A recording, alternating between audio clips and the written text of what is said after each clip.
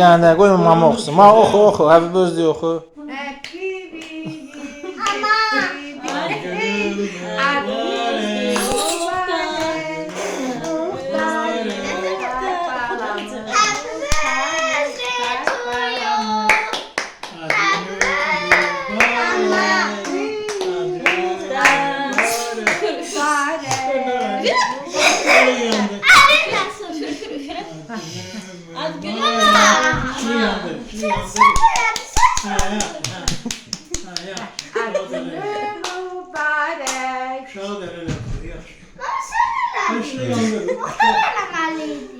Süpersin da eləyə bilmir də bacar.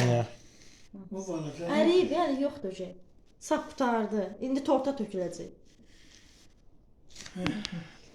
Uskulanka qoy. Olmasın. Şu. Kəsə bilərik. Kəsəyini bıçağı gətir. O üfürə bilmir. O ağır. Sən üfür onun yerinə üfür. Muxtar hadi günün Üfür. mübarək. Üfür Əlicim. Sürdüdən nə yapıyor? Şu. Yəni işi yandı.